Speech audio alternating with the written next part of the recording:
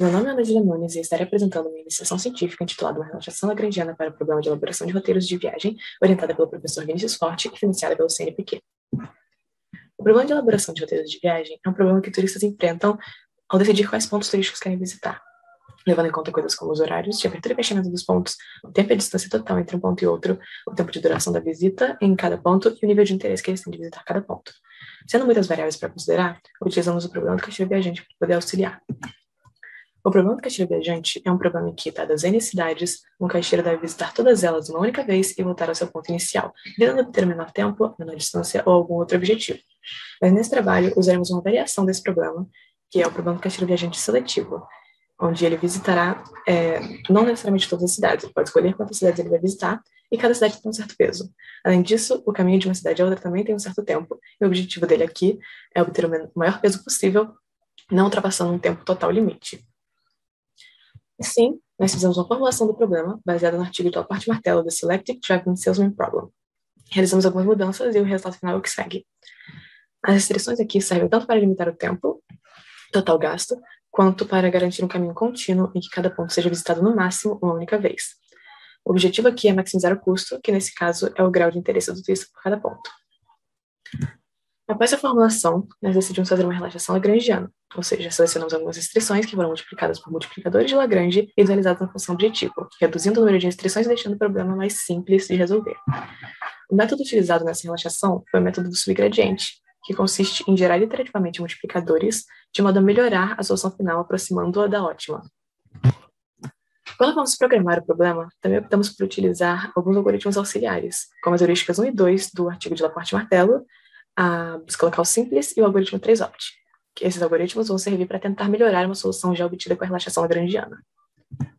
Por fim, para testar o problema e o código, nós fizemos uma instância com alguns pontos turísticos do Rio de Janeiro, dando a cada um deles um certo grau de interesse, gerado aleatoriamente, mas que em prática seria o grau de interesse do turista pelos pontos. Além disso, através do Google Maps, foi possível realizar uma média e obter os tempos entre um ponto e outro. Assim, quando compilamos o código para essa instância, nós demos um tempo limite total de 120 minutos, ou 2 horas, e os resultados obtidos foram viáveis, e o de melhor desempenho foi o de tempo total de 117 minutos, peso total de 49, esse caminho daqui. Assim, nós conseguimos realizar o nosso objetivo inicial de obter uma solução viável com uma relaxação lagrangiana. Em possíveis projetos futuros, o nosso objetivo seria melhorar essa formulação, podendo, por exemplo, aprimorar a relaxação com o algoritmo Relax and Cut ou utilizar o método Bundle no lugar do método subgradiente. As referências bibliográficas são essas que se seguem e obrigada pela atenção. Olá, sou Jéssica Gonçalves Maia e irei apresentar a pesquisa Métodos numéricos aplicados a problemas da engenharia de corrosão, feito junto com a Júlia Maia e o professor William Santos. Irei abordar o fenômeno corrosivo, as técnicas de proteção catódica e os métodos numéricos. O fenômeno corrosivo é um processo eletroquímico espontâneo que ocorre após o surgimento de regiões polarizadas na superfície. Isso leva a estruturas como tubulações, plataformas de petróleo e navios a se deteriorarem permanentemente, mas há técnicas de proteção. Uma delas é a proteção catódica, na qual, após se inserir corrente na estrutura, reduz-se o potencial do metal. Isso permite um controle da corrosão. E para se ter uma boa aplicação de sistema de proteção, é necessário conhecer a curva, que vai permitir uma análise numérica da corrosão. Então, as curvas de polarização elas são dinâmicas e representam as reações que ocorrem no metal. A sobretensão é resultado da inserção da corrente e a diferença entre o potencial resultante e o potencial de equilíbrio do metal. E há uma relação não linear entre a densidade de corrente e o potencial. A equação de Wagner-Traut para as curvas de polarização, ela tem os parâmetros, a corrente e o potencial de corrosão e os declives de Tafel, anódico e catódico. Utilizamos ferramentas para agilizar na busca desses parâmetros. Então, os métodos numéricos vão ser usados na otimização das curvas, através da resolução de um problema de mínimos quadrados não linear. Então, temos a função objetiva, na qual cabe destacar que o ponto x contém as variáveis do nosso problema. Nossos resultados foram obtidos no programa Octave e tivemos por base dados de uma curva da literatura. Então, primeiramente, o método de Gauss-Newton, método determinístico, ele simplifica o cálculo das derivadas de segunda ordem da função objetivo, ou seja, ele busca os minimizadores da nossa função. Então, obtivemos os parâmetros de 1 microampere para a corrente, menos 30 mV para o potencial, e os betas foram de 30 e 119 mV. Aqui os dados de entrada do Octave, e ao lado a curva gerada pelo método. Percebe-se como ela se ajustou bem aos dados inseridos. Já o algoritmo genético é um método probabilístico, na qual se avalia e faz-se uma série de mutações até você obter o melhor indivíduo no meio de um grupo de indivíduos. No caso, obtivemos os parâmetros de 1,149 microampere para a corrente, menos 30 mV para o potencial, e os betas foram de 32 e 166 mV. Aqui também os dados de entrada do algoritmo, e ao lado a curva gerada com os parâmetros achados. Podemos concluir que os métodos apresentaram resultados promissores na estimativa dos parâmetros. No caso de Gauss-Newton, teve uma melhor performance, foi mais rápido e preciso. Ambos podem ser utilizados na modelagem de projetos de sistemas de proteção catódica mais eficientes. Aqui nossas referências, e é isso. Obrigada a todos pela atenção e à organização da RAIC e da Universidade Rural. A programação linear inteira como ferramenta de gestão de demandas operacionais na educação pública. O problema de alocação de salas como modelo de gestão operacional do Instituto Multidisciplinar da Universidade Federal Rural do Rio de Janeiro. Juliana Nunes Rangel, autora, que sou eu. Problema de alocação de salas. Introdução. O que é o problema de alocação de salas? Na perspectiva de instituições de ensino, o problema de alocação de salas consiste em alocar disciplinas em salas de aula respeitando as demandas e também as restrições de cada curso. Em virtude da complexidade de resolução do problema, a solução de forma manual pode ser ineficiente em função do não atendimento de todas as restrições essenciais. Dessa forma, desenvolver o problema computacionalmente tende a propiciar tanto ganho de tempo como também de eficiência e de manutenção do conhecimento. O objetivo desse trabalho é auxiliar os gestores na tomada de decisão em relação à distribuição de disciplinas ofertadas por curso, turno, do Instituto Multidisciplinar da Universidade Federal Rural do Rio de Janeiro. Para alcançar tal objetivo, será desenvolvida uma formulação linear inteira para o problema.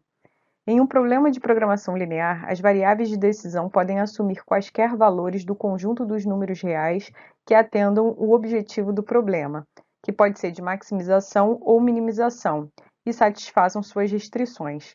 Quando, em um problema de programação linear, pelo menos uma das variáveis de decisão só pode assumir valores inteiros, tem-se um problema de programação linear inteira.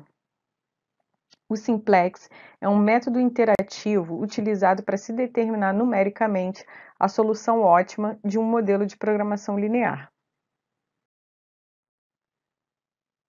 O Instituto Multidisciplinar possui 9 departamentos que distribuem suas disciplinas nos turnos da manhã, tarde e noite. Com esse trabalho, queremos minimizar conflitos, diminuir o tempo consumido, permitindo aumentar a eficiência da gestão administrativa.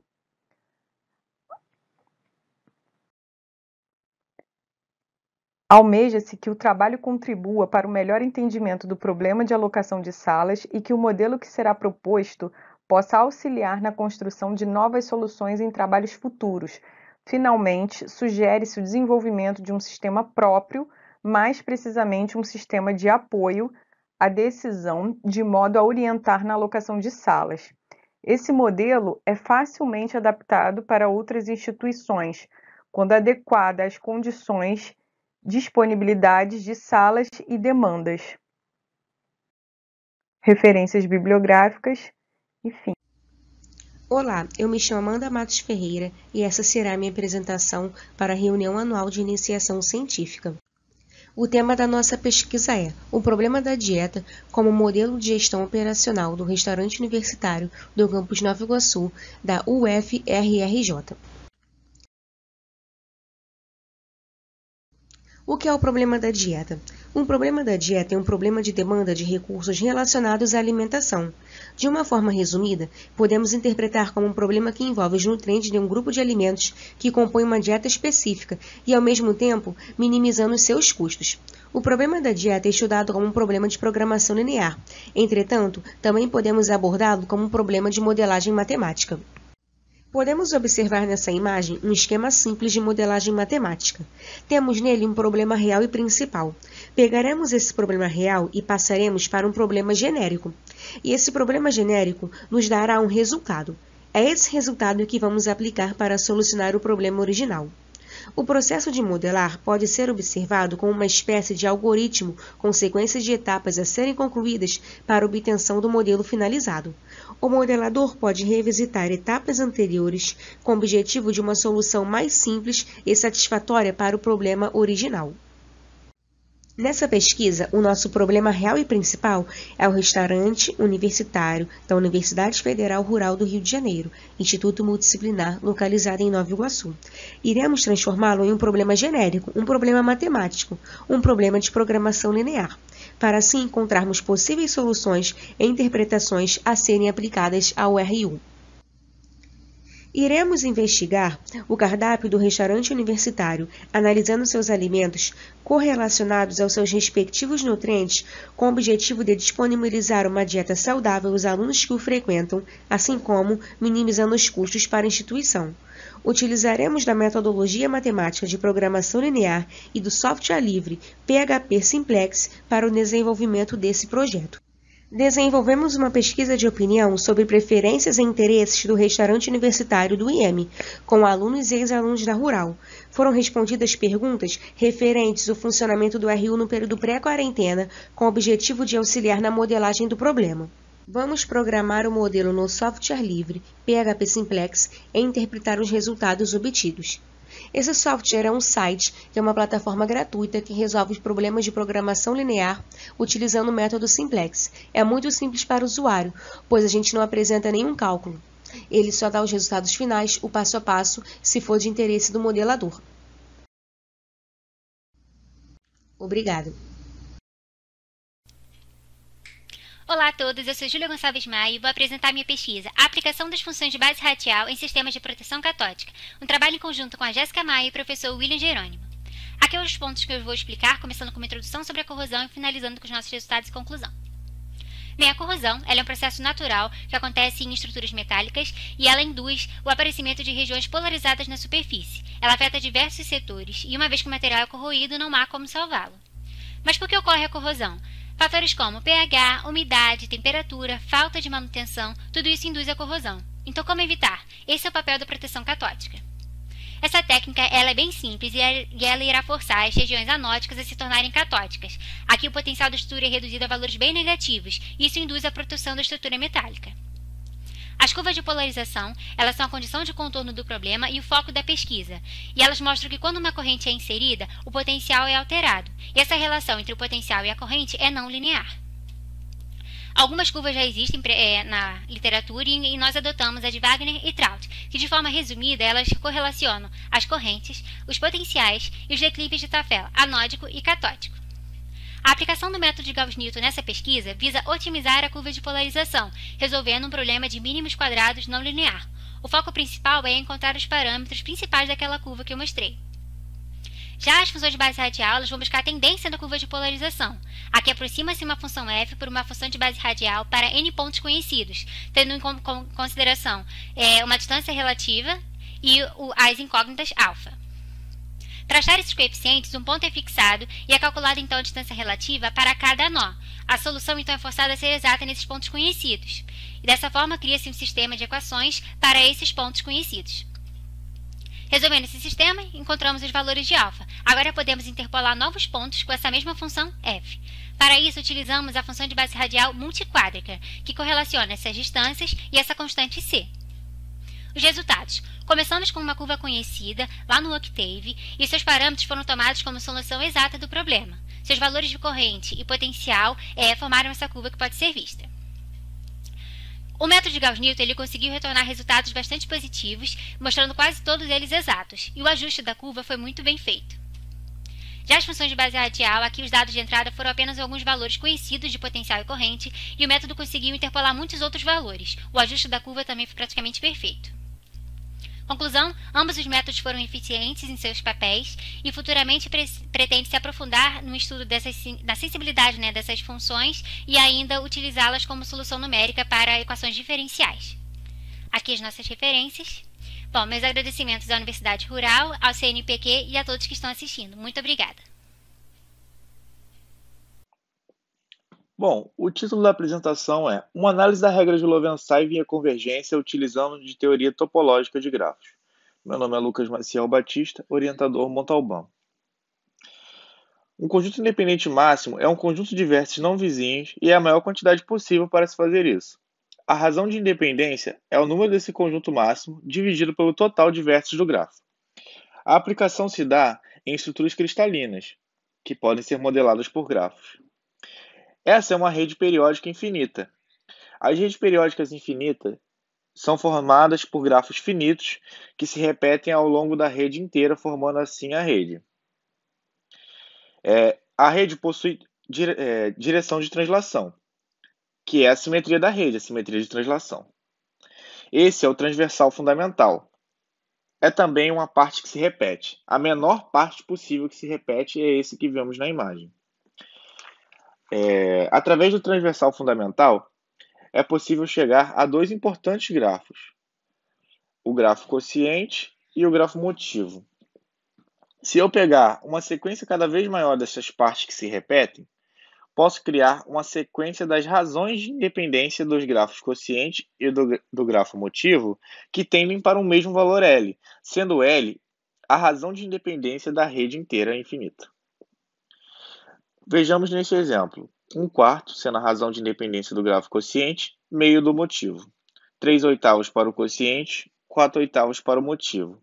8/16 para o quociente, 8/16 para o motivo. Certo, chegamos ao mesmo valor L, sendo 8/16 a razão de independência da rede inteira. Isso foi feito para 200 redes do site RCSR, catalogado, especificado numa lista e preparado para publicação em breve. Bom, a aplicação. Regra de Loewenstein em zeólitas. Zeólitas são minerais que possuem estrutura microporosa, ou seja, que podem passar até moléculas.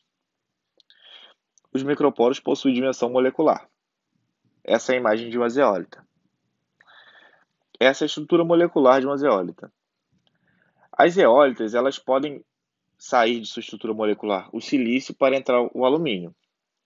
Assim, a rede fica desbalanceada eletricamente. A rede passa a capturar prótons ou íons positivos, passa a servir como filtro. Algumas zeólitas são usadas no refino da gasolina pela Petrobras, onde o ambiente ácido serve para catálise. A regra de Loewenstein diz: a ponte AL ou AL é proibida. Certo. Com a ponte AL ou AL sendo proibida, a AL passa a ser meio que um vértice, né? Podemos considerar a AL como vértices. Assim, os vértices AL passam a ser um conjunto independente desse gráfico que vemos na imagem.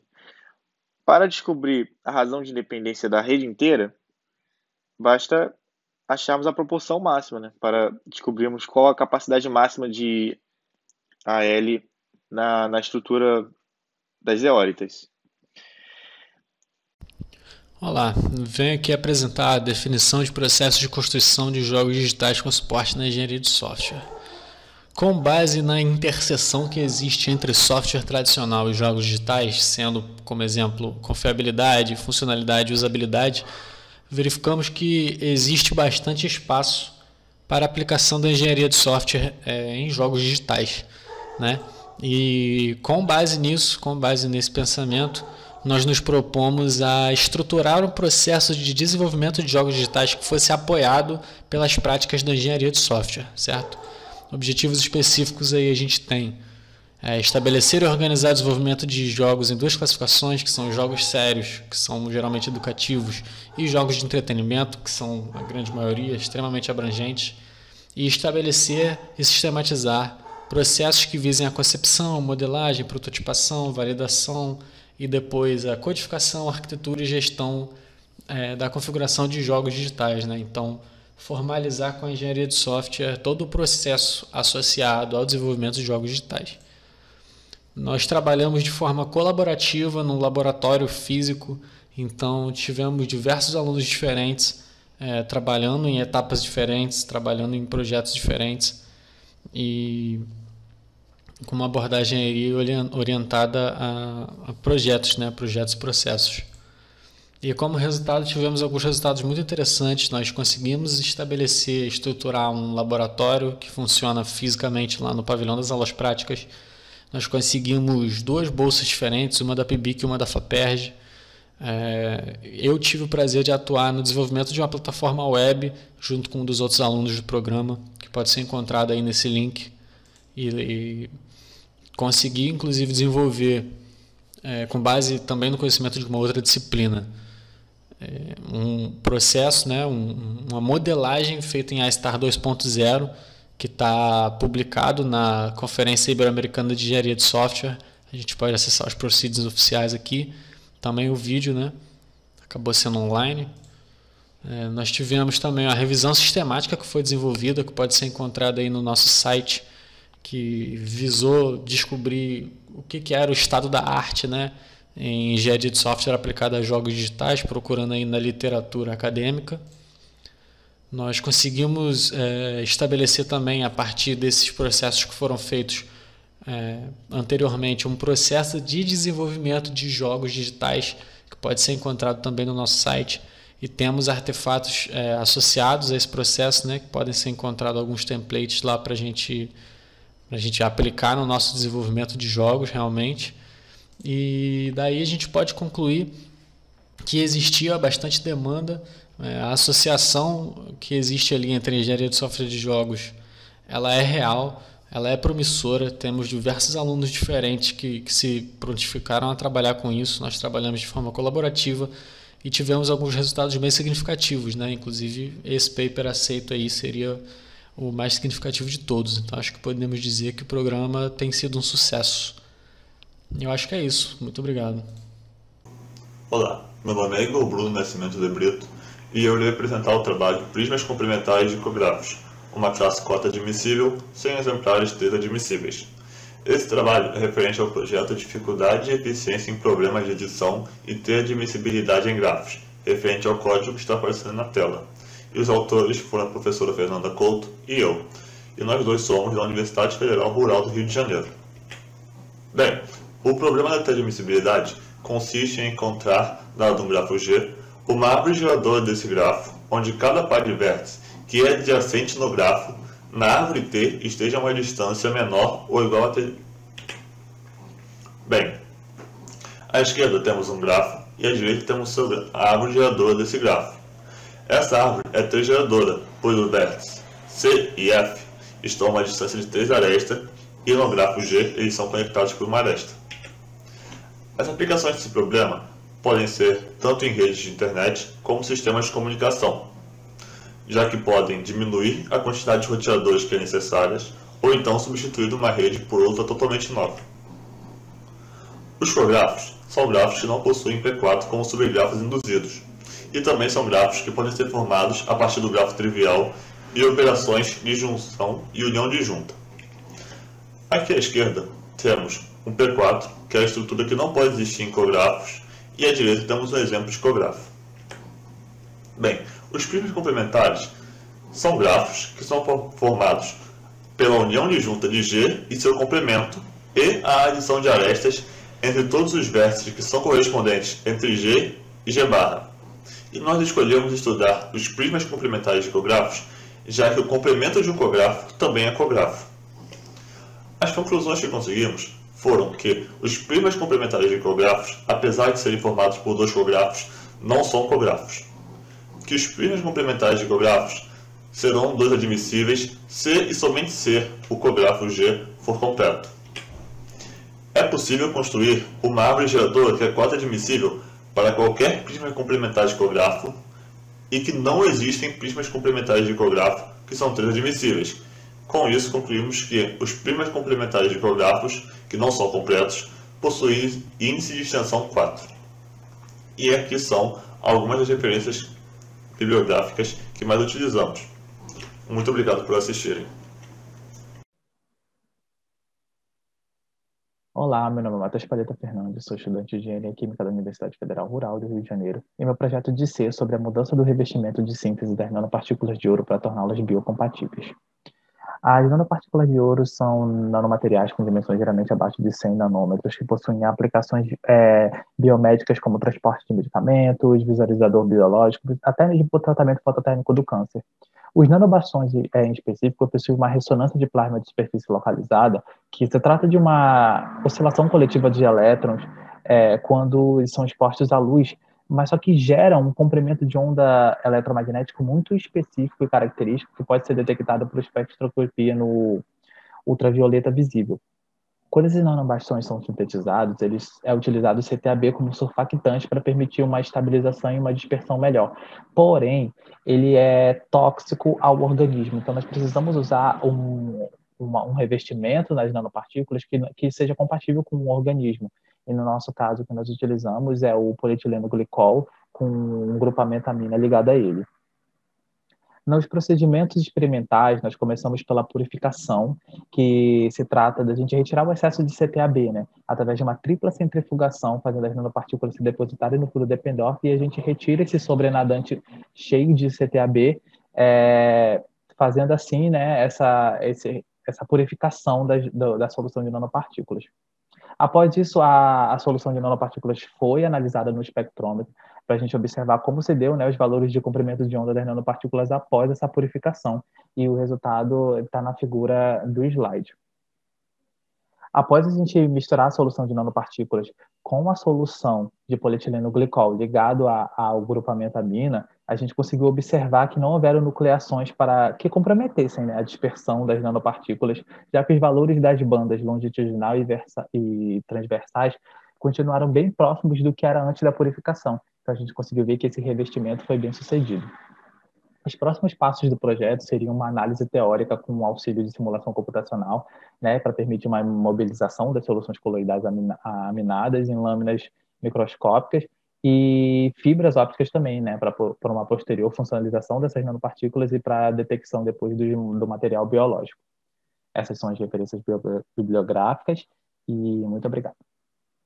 Olá a todas e todos, meu nome é João Alves, um dos autores desse trabalho Instrumentação, uma abordagem motivacional para o ensino de física. Um trabalho inicialmente realizado na disciplina de instrumentação para o ensino de física, que é um espaço adequado para pensar essa transposição da física para o ensino médio e também para a formação de futuros professores. Foi elaborado um questionário através do qual foi feito o levantamento da vivência acadêmica desses alunos desde o ensino médio até o momento em que eles foram estudar a disciplina de instrumentação para o ensino de física. A teoria que serviu de norte para a elaboração desse trabalho foi a teoria da aprendizagem significativa. Diferentes autores serviram de base para a elaboração desse trabalho. Como resultado desse questionário, grande percentual, 83%, vê a física como um potencial instrumento de formação da sociedade. 60% dos dados acharam que alguma coisa desmotiva o estudo da física, né? Algumas desmotivação no ensino de física. E 20% apontaram os professores como um papel importante, né, nessa motivação para o ensino de física. 67% apresentam grande dificuldade no ensino de física. Essa dificuldade do ensino de física está relacionado à motivação da disciplina. O ensino remoto e a estrutura física e pedagógica do colégio também são apontados como fatores que desmotivam o ensino de física. Então, como conclusões desse trabalho, a gente percebeu uma conexão, né, com essa palavra motivação, que insiste em perseguir esses alunos desde a época que eles eram alunos do ensino médio até o momento que eles estão estudando a disciplina de instrumentação. Então, esses questionamentos, essas angústias desses alunos servem de base para a gente pensar dentro do grupo de pesquisa, do nosso grupo de pesquisa para o ensino e aprendizagem de física para o ensino médio. É um grupo onde a gente vai pensar novas propostas pedagógicas e que dialogam com aquela disciplina de instrumentação, visando trazendo novas contribuições. Pensamos ainda abordar a contextualização histórico-filosófica, auxiliar na destruição dos obstáculos, tais como as concepções alternativas, e principalmente promover essa motivação para o estudo da física, tanto no ensino médio como na disciplina de instrumentação. Por fim, temos as referências utilizadas nesse trabalho, e um muito obrigado a todos e todas. Muito obrigado. Olá a todos e a todas do evento. Meu nome é Jonatas Coelho e hoje eu vou apresentar o trabalho que tem título de As Concepções Espontâneas sobre as Leis de Newton de Estudantes Universitários. A gente visa identificar e aproveitar a vivência cotidiana do aluno. Então, a gente visa aproveitar aquilo que o aluno traz de casa, modificando das ideias espontâneas, os subsunsores. Então, a gente pega essas ideias e tenta modificar elas. E a gente fez um questionário que o objetivo dele era identificar as concepções prévias de alunos, né, da turma de Física Básica 1, da UFRJ. E os objetivos desse questionário era identificar algum estudo anterior sobre as leis de Newton desse aluno, identificar a presença de forças em diferentes momentos no lançamento vertical de um projétil, abordar a presença ou a ausência de força e as suas relações com o movimento. Então, a gente busca trabalhar mais essas questões de identificar as respostas desses alunos, respostas intuitivas desses alunos. Sou Carlos Eduardo e vou dar continuidade à apresentação trazendo os resultados obtidos. 93% dos alunos que responderam ao questionário já estudaram as leis de Newton antes do curso de Física Básica 1. E, de acordo com quase 47% desses alunos, haverá uma força direcionada para cima enquanto o projeto estiver subindo. Para 20% desses alunos, haverá apenas uma força direcionada para baixo. E 33% não souberam responder. Outro resultado obtido indica que 86% dos alunos acreditam que se nenhuma força atuar em um corpo, ou se a força resultante for zero, o corpo deverá estar em repouso. 46,7% dos alunos acreditam que o movimento de um corpo sempre acontece na direção da força resultante e 53,3% acreditam que se em um determinado instante a velocidade de um corpo é zero, então a força resultante nesse mesmo instante também será nula. As conclusões que nós tiramos é que, embora a maioria dos alunos já tenha estudado as leis de Newton antes do curso de Física Básica 1, as respostas intuitivas ligadas ao senso comum e ao cotidiano do aluno, elas ainda estão muito presentes na estrutura cognitiva desse aluno. E outra conclusão é que os docentes de física, nos diferentes níveis de ensino, eles precisam estar preparados para essas concepções alternativas e aproveitar esses subsunsores para aplicar novas metodologias, buscando atingir um aprendizado significativo desses alunos. Nossas referências bibliográficas. Obrigado. Olá. Meu nome é Érico Mata e sou aluno do curso de Física da Rural. Sou orientado pela professora doutora Viviane Morcelli e o meu trabalho é o estudo do espalhamento elástico induzido por projéteis exóticos leves no regime de baixas energias. O meu trabalho se deu através de um amplo estudo no campo teórico, experimental e histórico da física nuclear. Afinal, o que são núcleos exóticos? São núcleos que possuem características distintas dos outros núcleos, como tempo de meia-vida de dezenas a centenas de milissegundos, altos valores de isospin, baixíssimas energias de ligação.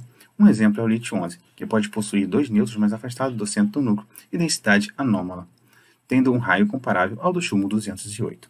Os dados são extraídos da literatura, usando o programa XY Extract e do site da NNDC, National Nuclear Data Center, dos sistemas hélio-6, alumínio-27 e berélio-7, alumínio-27. Esse é o exemplo de um espectro biparamétrico. Utilizando o programa ScanRoot, podemos determinar o número de partículas espalhadas, através da seleção da área do nuclídeo de interesse no espectro. Assim, obtemos os dados do sistema boro 8, alumínio 27. Os cálculos cinemáticos nucleares de perdas de energias e reações foram feitos usando os programas StopX e Kinect, que fazem parte do código VexSpec, de forma que, ao final, foi obtida a distribuição angular elástica para cada um dos sistemas. Os dados foram analisados através de distintos potenciais nucleares. Foram realizados cálculos de modelos ópticos usando os potenciais de São Paulo e o de Wood-Saxon, com o código S-fresco. Os resultados para os sistemas hélio-6, alumínio 27 e boro 8, alumínio 27 das análises usaram o potencial híbrido, POT-H, onde a parte real é o potencial de São Paulo e a parte imaginária é o potencial de Wood-Saxon. Enquanto que para o berílio 7 e alumínio 27 se mostrou mais adequado o potencial de São Paulo, PSP, em sua forma padrão.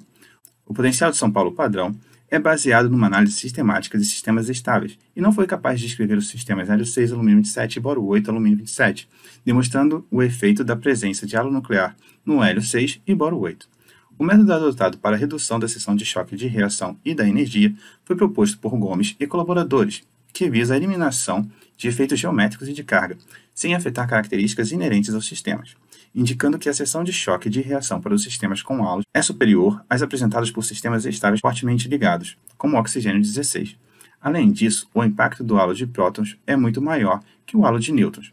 Por outro lado, a seção de choque de reação do berílio 7 apresenta comportamento semelhante ao boro 8, como observado, mesmo não tendo halo. Contudo, é importante ressaltar que o berílio 7 é o núcleo duro do boro 8, berílio 7 mais próton, cuja energia de ligação é de apenas 100 kelvins. Essas são as minhas referências. Gostaria de agradecer à Rural, ao CNPq e ao projeto Meninos do Rádio e aos meus colegas de pesquisa. Olá, eu sou Gabriele Freitas, do PIB de Física aqui da Rural, e vou falar para vocês sobre o ensino de física através dos direitos humanos. Para quem ainda não conhece o programa PIBID, ele foi criado em 2007, é financiado pela CAPES e vem se mantendo com muita luta desde então. O subprojeto Física, desde 2020, é coordenado pela professora doutora Viviane Morcelli. Mas fica uma questão: quem é o PIB de Física da Rural? O núcleo Física se destaca principalmente por ser composto de discentes e docentes da periferia, e sendo diverso também no seu aspecto de raça, gênero e sexualidade, além de sua luta anticapacitista. E a supervisão segue nessa linha também, com um professor periférico que atua há 10 anos na rede pública do estado do Rio de Janeiro, mais especificamente em Itaguaí. Buscamos um ensino inclusivo, revolucionário e não bancário, aplicado principalmente à periferia, de uma forma que estudantes se sintam representados e enxerguem a física do seu cotidiano. Para chegar a este fim, utilizar direitos humanos e justiça social é algo fundamental. E para checar e diagnosticar em PIBidianos suas visões sobre como aplicar física e direitos humanos em uma mesma aula, foi proposta uma atividade. Nesta atividade, PIBidianos leram Pedaços da Fome, de Carolina de Jesus, e a partir dele desenvolveram uma aula de física que abordasse energia, direitos humanos, justiça social e o livro citado. Essa aula foi apresentada à coordenação e supervisão e avaliada pelos mesmos. Depois, foi-nos incumbido que relatássemos nossas experiências por escrito, e a partir desse material foi utilizada a análise de conteúdo de Lawrence Bardan e categorizamos os resultados. Apesar de conhecer as bases teóricas do aspecto social do ensino, os PIBidianos da física ainda encontram dificuldades em aplicar esses conceitos amplamente em suas aulas. Realmente não se esperava atingir o objetivo completo nessa primeira tentativa. Porém, fica evidente o aspecto conscientizador dessa experiência, assim como podemos observar nesse gráfico quais foram as considerações e impressões finais dos PIBidianos dessa experiência.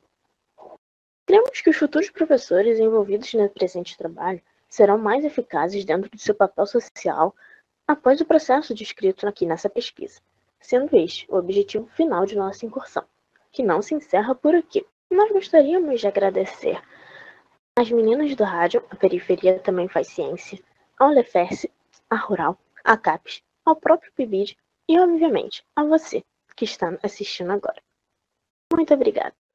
Olá a todos, meu nome é Nicolas, eu sou aluno de Sistema de Informação na Rural e orientando de IC do professor Sérgio Serra do Departamento de Computação.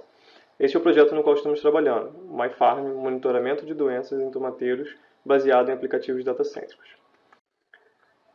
Ok, mas por que tomate? Bom, o tomate é uma hortaliça importantíssima para a economia do Brasil, mas é também uma das que mais sofre com o clima, com pragas, com doenças durante seu plantio. Apesar disso, o pequeno e médio agricultor de tomate e de outras hortaliças também ainda não tem tanto suporte de ferramentas computacionais para o controle da sua produção, o que acaba gerando muitas perdas justamente por ataque de pragas, doenças e uso indevido de agrotóxicos. Então, o MyFarm surgiu justamente com o objetivo de trazer uma ferramenta computacional para ajudar o pequeno e o médio produtor a aproveitar melhor suas plantações.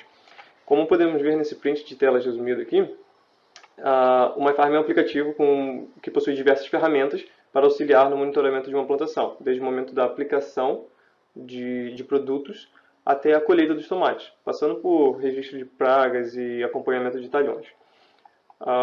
Para nos auxiliar no no processo de desenvolvimento do aplicativo, utilizamos a metodologia FSMA, que é uma abordagem chamada Fábrica de Software baseada em métodos ágeis, que é uma abordagem que tem foco no aluno e assume que nós podemos aprender mais se colocarmos em prática e desenvolvermos uma certa autonomia quanto à gerência e resolução de problemas na programação. É aí também que entra o quadro Kanban, que é o método que eu encontrei para gerenciar tudo aquilo que eu já fiz, tudo que eu estou fazendo, tudo que falta fazer no aplicativo. Para desenvolvimento em si, nós utilizamos uma biblioteca da linguagem JavaScript chamada React Native, que permite gerar aplicativos tanto para iOS, que é o sistema operacional de iPhones, quanto para Android, tudo utilizando o mesmo código JavaScript. E também usamos a dupla CouchDB mais o PaultDB para fazer o armazenamento de dados e sincronizá-los, mesmo em locais onde a conexão com a internet não é tão estável. Nossos resultados principais do projeto foram o conserto da ferramenta de demarcação de propriedade, como podemos ver nesse GIF, e a implantação do banco de dados CouchDB em um servidor EC2, que é um dos serviços na nuvem da Amazon. Além disso, também foi feita a integração com o Cogniton para autenticação e segurança, e com o S3, que também é um outro serviço da Amazon para armazenamento de arquivos e imagens. Esse podemos ver nesse primeiro GIF aqui.